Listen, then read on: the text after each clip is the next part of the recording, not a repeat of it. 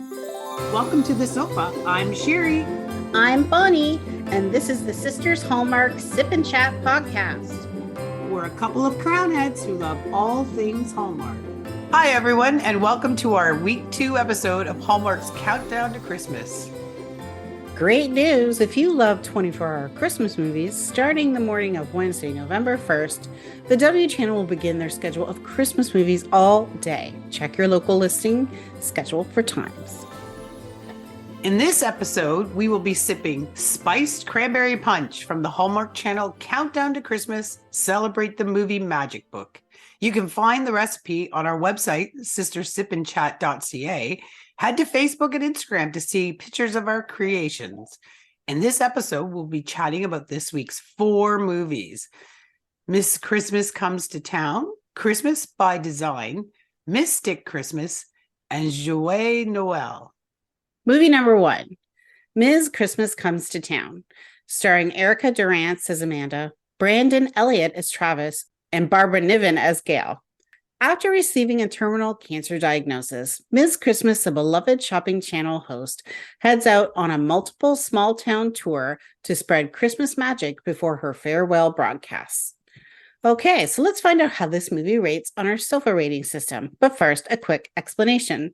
Our custom SOFA rating system includes a list of 20 Hallmark tropes broken down into 10 categories that will determine how Hallmark is this movie.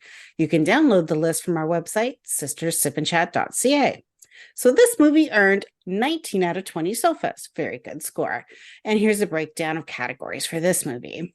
Military might, town holiday celebrations, location, family and friends, affairs of the heart, big life changes, Christmas magic, and for the charitable event bonus, bringing the magic of Ms. Christmas to small towns, including prizes and gifts. Okay, so the premise of this movie hits super close to home for me. My best friend is battling cancer right now, and there was a part of me that really considered not watching this movie because I didn't want to face what I'm dealing with personally. But thank goodness I did power through and watch an amazing movie that, of course, I cried through a lot, but enjoyed immensely. I was impressed with Gail's positive outlook as I am with my friends every day. It's very inspiring. Absolutely. I mean, it was excellent. And one of the things I enjoyed about it was this relationship between Ms. Christmas, or Gail, and her assistant Amanda, who is more like in the business side a partner than an employee, but or a mentor mentee. But in real life, it was more like a mother-daughter relationship. And, even though it would be heartbreaking to plan for the, last time you were doing something that you love so much, I understand why she wouldn't want to burden people with her diagnosis, and keeping it to herself for so long. But I really believe that support is so important during that time. We don't get to keep the people we love forever. So we really do need to cherish the time we do have with them. I totally agree, because I do understand being upset if you're not told, but I can also see the flip side and understand wanting to have control over who and when you tell. So I do understand that. It does hurt not knowing, so that you can ensure you don't waste any time, just like you said. Every moment counts. So you don't want to lose any time with that individual. And I also feel that connection. So I know with my best friend, she's actually to me like my family. So it's like having another sister that I would be losing. God willing, not for any time soon. But I was glad that she understood that Travis could not share Gail's secret. It wasn't his secret to share. So that was good, because I thought, oh, that's going to be this is the reason why we're fighting. But no, she didn't. So that was well written. She didn't hold it against him. And also, he's a medical professional, so he would be limited by what he could reveal anyway. But they did handle that very well in this movie. They handled a lot of things. Like, it was a great movie. Really enjoyed it. First of all, I love the idea of traveling around to all these small towns at Christmas and seeing all their different holiday celebrations. I feel like that would be a really cool way to experience the holidays, and how each town has a unique way to do it. Every single stop they made, there was just an extra dose of happiness. I totally agree. And as a camper, I love that they're traveling in the bus. That was Yeah. great. However, it was very noticeable that when they were taping, the trailer wasn't moving because things were so stable. And obviously, it would be noisy. Like it made sense that they had to. But as a camper, that part was pretty noticeable to us. But it was a cute camper, and I thought that was great. A great way to cross the country. For sure. It was so cool. And Ms. Christmas's long lost love. Oh, He was such a handsome man. He could be the next Golden Bachelor, honestly. So lovely. It was very sweet that he showed up in their hometown with her flowers, or her hometown with flowers for her. And I totally got her hesitancy to start up a relationship with her at that 100%. point. She'd just gotten this diagnosis, which she was still trying to work through. But, being with the people that you love, like once again, however you have them, really is a gift for you and for them. So I'm glad in the end he learned the truth and they reconnected. Yeah, and the fact that her ex-boyfriend James keeps trying to reconnect to Gail, even after he knows the truth, that's real love. Like he didn't Exactly. care how much time, like you said, didn't matter if it was a long time or a short time. He wanted that time with her. So that is that true love. Exactly.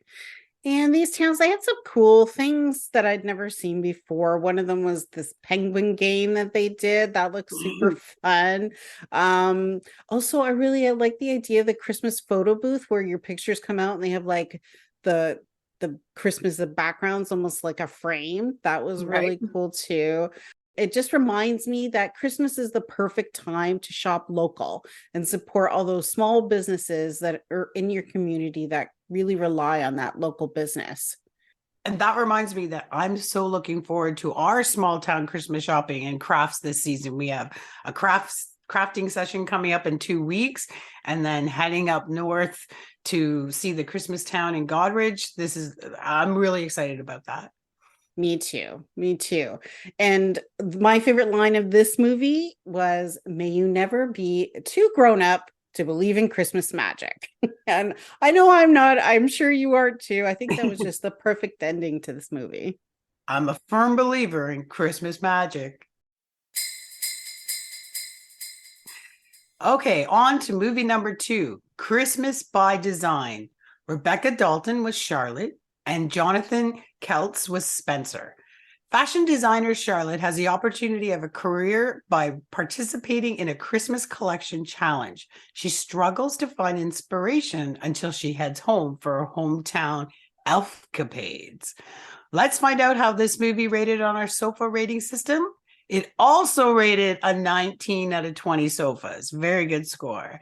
The breakdown of categories is town holiday celebrations, location, location, location, family and friends, unexpected hiccups, affairs of the heart, big life changes, Christmas magic, and the charitable event was volunteering for the elfcapades. Well, first of all, you got to love the red truck. So I'm sure you clocked that as soon as that showed up. But I think the Elfcapades, what a great name, such a great idea. Made sense to me right away that it would be a great place experience for her to get inspired to create those two designs. 100%. I agree that these small towns done up for Christmas could give anyone inspiration. They're just so cute.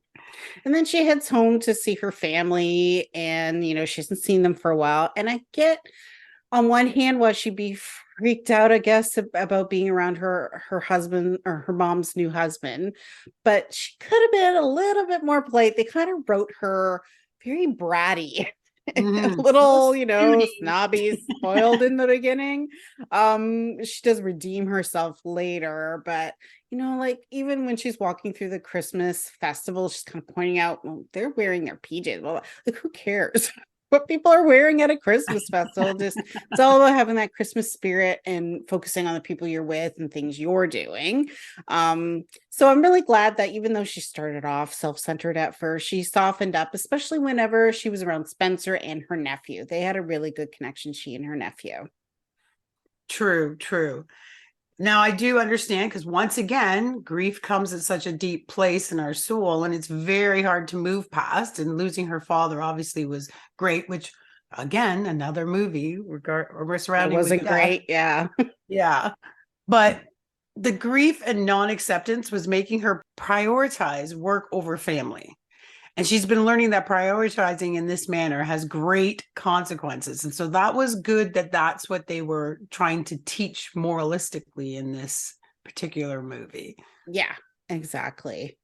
The Pajama-Marie was my favorite event in this one. Gotta love a flannel plaid pajami. I have a few of my favorite, and the one I liked the best from last year was a onesie, which is what she ended up creating. The onesies can be sort of awkward in those moments, however you want to put it. It's sometimes not always easy to get on and off, let's put it, but they totally are cozy. And the suits, the overalls, like the workman's overalls she created were very cool. And I definitely would have bought a set. Yeah. And the fact that it was representing her father, that was really great. Christmas Yes. PJs is a tradition for our family, as you know, and that was since our daughter was born. Every Christmas Eve, everyone gets new matching or matching themed pajamas, and you go to sleep on Christmas Eve in your cozy, cozy PJs. So it's a really nice tradition. So it was kind of cool that someone else was utilizing that. Yeah. And in the end, they had that wonderful moment with their family in the PJs. And I'm glad Charlotte apologized to her stepdad and her family for how poorly she was acting, Mm-hmm. how rude she had been. And, she ended up sacrificing something that was so important, that going to that event with her, showing off her designs, she pulled out of it just to keep her word to be with her family. And in the end, he did choose her design, which is sort of, and they were, even with she and Spencer, a little insta lovey at the end, but I still found the movie overall really sweet, even though they kind of tied things up very, very neatly and quickly in a tight bow at the end. I agree. Because Christmas is all about making amends, right? And opening our hearts to everyone, including stepfathers who did nothing wrong. But the fact that she recognized that family was the most important and was willing to lose the competition to be with the man she loves in her family, that was great. And the part of the Christmas magic was that she still won the competition without actually participating. However, they were able to make that make sense because it was supposed to be about family and she put family first. But yes, sure. big surprise that she won. However, my absolute favorite part was that he gave her the gift of her father's tow truck, and she found her father's overall in the back seat. Food for thought.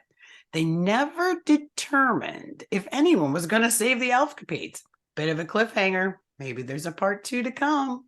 Maybe we'll see. Movie number 3, Mystic Christmas, starring Jesse Schramm as Juniper and Chandler Massey as Sawyer. Juniper heads to Mystic, Connecticut at Christmas to rehabilitate Cinnamon the seal for her safe return to the ocean. While there, she reconnects with Sawyer, her childhood sweetheart. Okay, so let's find out how this rated on the SOFA rating system, and it rated a 17 out of 20 SOFAs. And the breakdown of categories is town holiday celebrations, Here Comes the Bride, location, location, location, family and friends, affairs of the heart, big life changes, and the charitable event volunteering for town holiday events. I enjoyed the concept and found it interesting to show the differences between introverts and extroverts, showing how she was excellent in assisting her friend's daughter and understanding her needs, and completely knew where the daughter was coming from. That I really enjoyed that part, because that is, I've dedicated my life to working with others, with fostering, working with adults with autism and dual diagnosis. So for me, that part was really interesting to see how they are able to be just like everyone else, but those introverts need to be dealt with things just slightly different. And she understood that, and that helped that daughter be very successful. Yes, it was really sweet how she connected with her friend's daughter, for sure. I really enjoyed that relationship. when I found out that, it was set in Mystic, Connecticut, of course, my mind immediately went to the 1988 movie Mystic Pizza with Julia Roberts. And Mystic Pizza is actually a real place that you can visit, which is kind of cool. If you want to Very cool. go there and have the pizza in Mystic, you can do that. And they filmed this movie in Mystic, which is very cool because we got a tour of it as they walked through the town. We got a tour, and they did film on actual locations in that it's called a village technically. So that was kind of cool. I really like when Hallmark does that. I agree. To have an actual visit to a place in one of the movies, that would be a good little girls trip. So we need to I know we're gonna have to map it out. See what we can do. Well, hitch my trailer and off There we you go. Okay, but the boys have to drive because we're not driving. No. I love the humor in this one. I thought it was just really, lighthearted, funny for most of it. The seal, Cinnamon, but really all the seals were quite the character too. Oh, They're so just cute. Amazing creatures. And I appreciated that her job was specifically to prepare them to return to the wild. Yeah, it wasn't a show about having to keep them in captivity or anything like that. Yeah, that was really great. I agree. They did a wonderful job of making this movie lighter and adding just enough humor, because there was a few heart-wrenching ones we had just watched. So it was nice to have a break. Yeah, it was a nice break in between for sure. And it's funny. Speaking of her friend's daughter, I have heard about the Icelandic tradition. I'm not attempting to say the name because I would totally butcher it, of giving books on Christmas Eve. I actually just heard about that this year. And then you read them all night. And I'm with Louisa, the daughter, that is literally the greatest thing I have ever heard to do. You are a reader. Bookstores are my happy place. I'm headed toward reading 100 books this year. So, and I immediately, after she had given her friend was gifted, I believe it was from Sawyer, the Agatha Christie book, The Secret Adversary, that was Candace's book. I downloaded the free version immediately onto my phone. Onto my Kindle, so that I can't read to it. Agatha Christie is one of my favorite writers, so I got not only the beauty of this Christmas movie, but I got another book to read. So awesome. And I can get how difficult it is to read, like when Louisa had to read that poem in front of everybody. It's hard to share your work anyway, but then you have to stand in front of everyone and share it. I had to, I had the honor of reading a short story in front of my school when I was little, and it was just okay because one of my classmates decided it was going to be time for him to do something funny and make everyone laugh, and I got distracted. He got in trouble from the teacher, but it was hard for me to get back into it, so I'm kind of always a little bit scarred by that. But at the same time, it was also nice to get that feedback immediately for something that you've written, the work that you've done right in front of people, and certainly really was an honor to be able to do that in front of my classmates.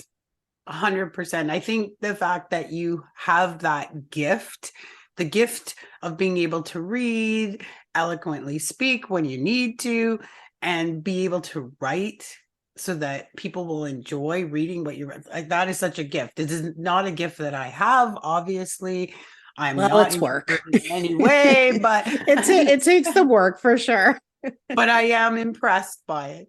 Thank you. So that tradition was something. And I think that it goes back to my previous movie where we're talking about with the Christmas PJs. You could have your Christmas PJs on and read your book all night. That could be a sounds like a plan. I don't think my husband would buy it, but I would do it. I could not read all night for sure on Christmas Eve. However, a shorter book, that would be great. Not that I don't enjoy reading, but I would be so tired. Maybe the night before Christmas. Yes. Well, I'll read that to my grandchildren and it'll count as my PJ reading book. It So, certainly would. They had a lot of different events in this too because they were volunteering it. And one of my favorites was when they made a homemade ornament, because that to me is always a treasure. I remember making really cute ones at our aunt's Christmas tea party, and it was kind of cool because everybody's doing the same craft, but we get to see everybody's take on it. So that was super cute. And then they put it on their tree in their house. And one of the things she was asking was what their favorite Christmas carol was. And she said Dominic the Donkey, which I've never heard of. We need to look that up. My favorite is Carol of the Bells, because I was in a Christmas choir once. And so it has a very good, remembrance for me. Sherry, what is yours? Okay, my favorite Christmas carol is Silver Bells, but my favorite Christmas song is All I Want for Christmas Is You. Me by too. Mariah Carey. I love that song. That's a great song. And when they were making some yummy food and picking some different things, I'm definitely a gingerbread over chestnut girly. Just gonna say that. And I would love to make some gingerbread cookies this year. Something I've never done. Well, I hope we have time this year to make Christmas cookies all together. We missed it last year. And well, to be completely honest, it was you and my husband who did all the cooking, but I did get to help decorate and eat, of course. Yes. So we need to do that. Decorating's a lot of work. Yeah, agreed. Let's do it. Okay, on to our last but not least, movie number 4, Joyeux, Noel, starring J.C. Elliott as Lee and Brant Daugherty as Mark. Copy editor Lee finds a journal in a music box connected with a romantic painting of a woman at a French Christmas market. She and senior reporter Mark travel to France to uncover the mystery and magic behind the artist and the woman in the painting. So how did this rate in our movie rating sofa system? 12 out of 20. Not the highest, but not the worst. The breakdown categories are military might, town holiday celebrations, location, location, location, family and friends, affairs of the heart, and Christmas magic. Yeah, it scored about median in our score, but I think overall it was such a fun, unique movie. I really did enjoy it.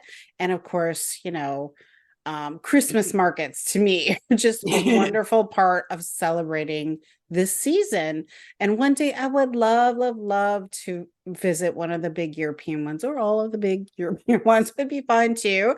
I was very impressed that once again they filmed this on site, like on location. They filmed it in France, probably in April, not in the holiday season, but nevertheless, the scenery is gorgeous. And I just love when Hallmark does this. It really adds to the authenticity of the story, especially when it's so quintessential and important to the story, the location that they're in. Right. And so much about it I loved, tons of it. I did really love the people dancing in the center of the market to the accordion player, just like right in the middle of the market at night. It was so romantic. And I tell you though, their French accents, the Americans in this movie, were très terrible. Well, I don't speak French well. Didn't take it for very long in school, only as I had to. But I am totally willing to go to France and try it out, let me tell you. Yes. I wish that I was able to see these places in person. And maybe one day I will, but at least through these movies, I get to see all this amazing scenery. So that part I love. Thank you, Hallmark. Yes, it was definitely beautiful. And I love that there was a book, this journal, that helped to bring them together. So many beautiful things, some things that standed out to me, like the carousel was beautiful. Really, the whole town was enchanting that they filmed in. The tram that they rode that had like the clear glass around them so they could see everything but be inside wasn't quite as romantic as, say, a carriage ride. Like we had a chance to do this summer, a carriage ride with our hubbies for the first time in Niagara on the Lake, and all 4 of us loved that. So that would have been beautiful. I think I would do both. If I was going there, I would do the tram, but I would definitely want to do a carriage ride. 100%. And the fact that our husbands love that carriage ride and are willing to do it again, because we thought we were gonna have to trick them to do it. That was Yes. pretty cool. So I'm sure Gareth did say that the tram was so cool. He would really like to do something like that because you get to sit comfortably and get to Mhm. see so much. So he did love that. It's been a long time since my husband and I have been to an antique flea market, and we wish we could have found something unique to create our own mystery to follow. We always are looking for these little tiny things because I'm very modern. I like the new. That's kind of my taste, but we like to have these unique things to try to bring that old in with the new, but we haven't had any luck yet. So, because you always say, oh, if you find a safe in the wall, oh, you got to try to open it, see what's in it, but no, nothing. But the secret drawer in the music box that they found with the love journal in it, that set a journey into motion that I would love to have tried. Yes, certainly. My favorite part of the movie really was them chasing down that mystery, which made it unique. It made it exciting. It brought the experience of the market and its magic to life. I think the ending was really well done, in my opinion. And that twist on true love being real love, not just true like this fantasy love, but real love and what that means. It's something that everybody wants. I totally get it. I expected that you, Bonnie, would love the mystery since you're presently writing your own murder mystery. And as an author, this would be very interesting to you. So we knew this was going to be your Glad thing. there was no murder in this one, but yes, the thank mystery goodness. part, I'm all in for. And my husband guessed straight away that little girl, Sophie, was the mischievous gnome. Because, of course, she wants some gifts, right? Yes. But her little 100%. tricks were so funny. And we guessed that she must have put out the word to the other kids to attack Mark as that negative Christmas folklore figure. Because that was funny. Everyone, kids see him, scream, run, come kick him. So that was pretty funny. They were targeting any guy that was just tall, wearing all black. So, word to the men, if you're going to this town, do not wear all black at Christmas time. Okay, time to update on the drink. So, spiced cranberry punch looks beautiful, tastes tasty. What do you think, Cher? Very tasty. I really like cranberry juice. And I believe it's your husband that loves cranberry, doesn't he? Yes, he does. Yeah. And a little bit of spice adds just a little bit of kick. So please check that out on our website. This episode was brought to you by Hamish Community Services, opening doors by taking the dis out of disabilities. You can find out more information at hamish.ca. Well, fellow Crownheads, we've come to the end of today's chat. You can find all our episodes on your favorite podcast network. And on our website, sistersipandchat.ca. Subscribe and never miss a chat session. Thanks for listening. Join us next time. And we'll save you a seat on the sofa.